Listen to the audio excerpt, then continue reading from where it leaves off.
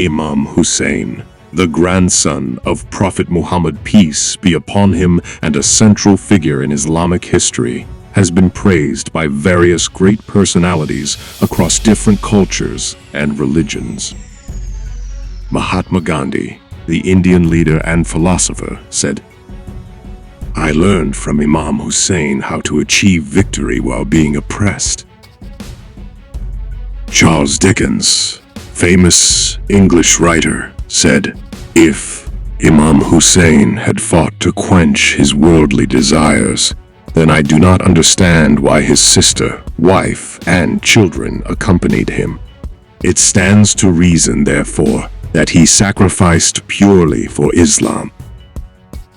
Edward Gibbon, English historian and author, said, "In a distant age and climate, the tragic scene of the death of Imam Hussain will awaken the sympathy of the coldest reader."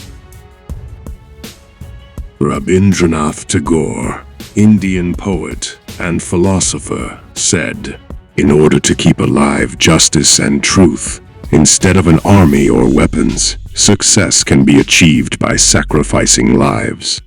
Imam Hussain proved this through his sacrifice.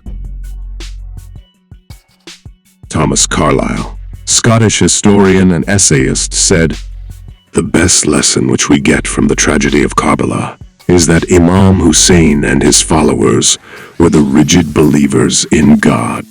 They illustrated that the numerical superiority does not count when it comes to the truth and falsehood.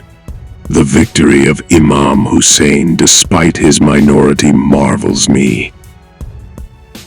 Pandit Jawaharlal Nehru, first Prime Minister of India, said, "Imam Hussein's sacrifice is for all groups and communities, an example of the path of righteousness." Dr. K.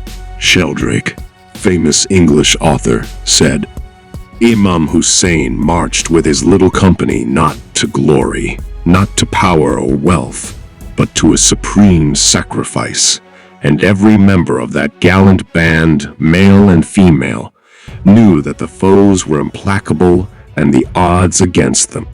Yet, they all bravely, nobly, and willingly faced the fight and the death, for there was no alternative way, nor chance of a physical victory."